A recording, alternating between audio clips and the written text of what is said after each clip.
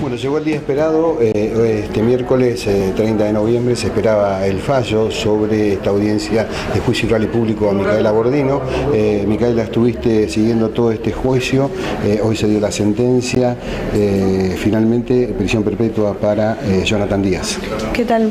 Buenos días, Marcelo. Bueno, como decíamos, este miércoles en tribunales se dio lo que esperaban los familiares y lo que pedía el Ministerio Público de la acusación, es decir, prisión perpetua para Jonathan Díaz ante una sala colmada, realmente mucha gente, familiares de Micaela Bordino, familiares del imputado Jonathan Díaz y además diferentes representantes de organizaciones de la ciudad como Ni Una Menos y Enredadera, ¿no? Que ellos también pedían por el femicidio de Micaela Bordino. Ellos iban porque era un femicidio y porque hubo violencia de género, eso es lo que ellas nos decían, ¿no?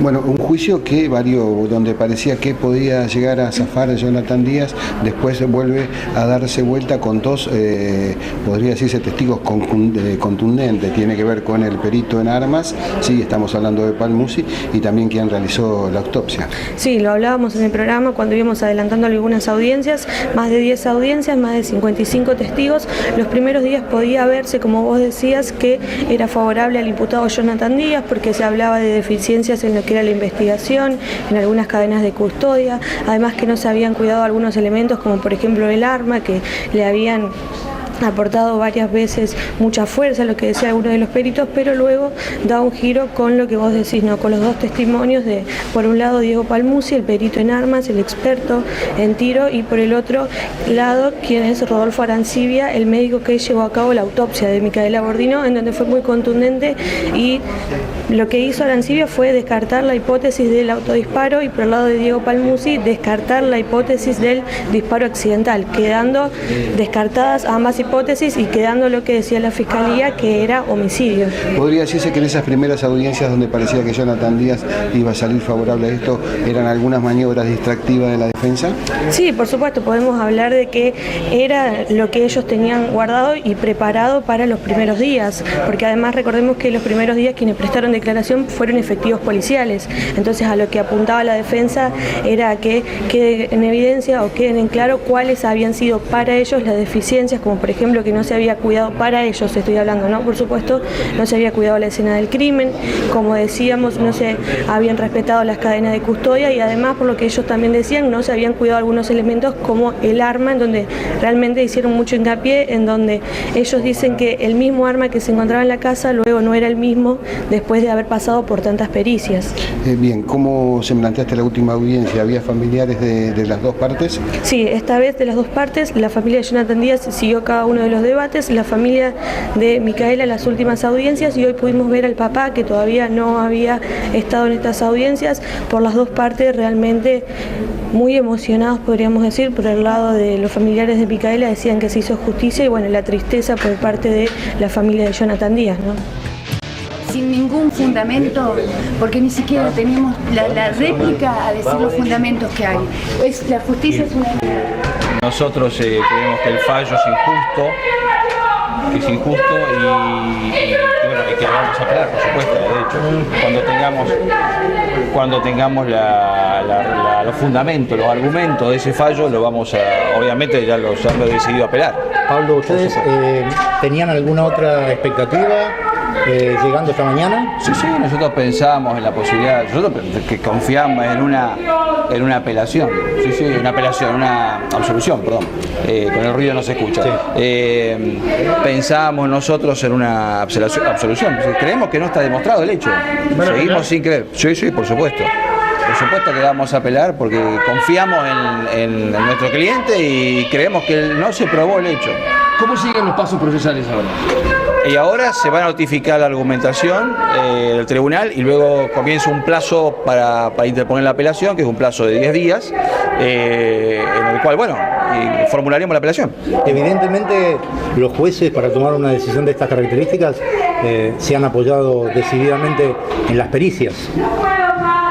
No lo sabemos. En todo, yo creo que todo se tiene que haber apoyado. En realidad la valoración de la prueba debe ser integral, así que debería ser en todo. no solamente las pericias. La pericia es una parte. Pero bueno, de cualquier manera la tesis de una muerte accidental también se apoya en pericias, así que no sabemos hasta que no tengamos los argumentos, no vamos a saber en definitiva qué es lo que ha considerado más valioso el tribunal para resolver de esta forma, eso no lo sabemos. Bueno, ¿cómo viste el fallo después de largos días de audiencia en este juicio oral y público por la muerte de Micaela Bordino? Sí, nerviosa estoy, y tensa por la situación, digamos, conmocionada sobre todo, pero bueno, se hizo justicia porque la resolución fue la condena con violencia de género, digamos. Apareció lo que nosotras estábamos reclamando, estuvimos participando compañeras de Enredaderas y de Ni Una Menos. Bien, ustedes participaron de algunos debates, pero también hace mucho que se viene hablando de que Micaela fue violencia de género para ustedes. ¿Cómo vinieron siguiendo el caso? ¿Cómo fueron accediendo a la información? Sí, nosotros digamos siempre lo consideramos un femicidio, por eso en los reclamos y en las marchas que realizamos o actividades siempre lo nombramos así, el femicidio de justicia por el femicidio de Micaela Bordino. Así que bueno, digamos, estamos satisfechas con la resolución. ¿Pudieron hablar con la familia? ¿Se esperaban este fallo? Sí, nosotros tenemos contactos con la familia, con amigas de Micaela también. No sabíamos qué iba a suceder, digamos, porque las compañeras vienen siguiendo los debates, lo más probable era la condena. No estábamos seguras de si iba a ser violencia de género, considerada violencia de género, y así lo fue, digamos.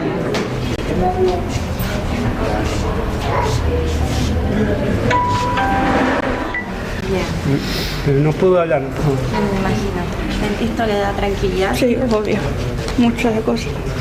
Aparte, nos han dicho tantas cosas sobre mí que no fueron ciertas. Y me dolió mucho.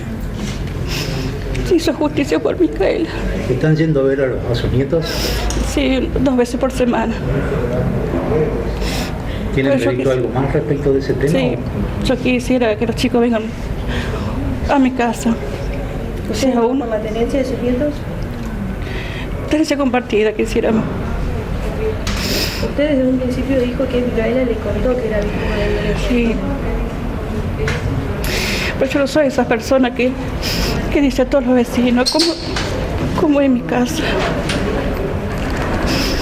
¿Se siente tranquila? Sí. ¿Recuperó, digamos, la paz? Ahora sí Micaela puede descansar en paz. Ahora sí. ¿Tuvo alguna duda en el transcurso? No, nunca. Siempre confié en el fiscal, siempre. ¿Qué decirle a las mujeres que por ahí viven situaciones de violencia y que, bueno, naturalizan Que le digan a alguna persona que se sienten seguras, a una amiga, a una mamá? Porque viste que hay mujeres que hacen la denuncia, viste, le toman y no, después las matan. ¿Se hizo justicia porque Micaela habló con usted, porque le contó lo que pasaba? Se hizo justicia. Salió tal cual como había sido la calificación que sostuvo la Fiscalía, como vos decís, no solamente ahora, sino durante toda la investigación, también es la misma calificación, obviamente que después, antes de la acusación, se le hizo la ampliación, pero es la que veníamos manejando todo el tiempo. Doctor, por supuesto, hablando con los abogados de la defensa, dicen que, bueno, por supuesto que ellos van a apelar y dicen que durante todo el juicio no se comprobó fehacientemente lo que el tribunal dictaminó. Es lógico eso, pero le quiero preguntar. A ver, obviamente es la defensa, están hablando de apelar sin saber todavía cuáles son los fundamentos. Hoy se leyó nada más que la parte resolutiva, después vamos a saber en qué basaron los jueces para condenar a Jonathan Díaz. Nosotros sostuvimos que sí se acreditó, que fue lo que han escuchado en los alegatos de clausura, sostuvimos que se acreditó que no fue un autodisparo, sostuvimos que se acreditó que no fue un disparo accidental, por eso sostenemos, y así lo entendieron los jueces, de que la muerte se debió justamente al disparo del arma de fuego que efectuó Jonathan Díaz contra Micaela Bordino. Y también dicen que hay algunas situaciones que no se condicen con el procedimiento policial que se debería haber llevado a cabo, el tema de resguardar el arma y otra serie de cosas.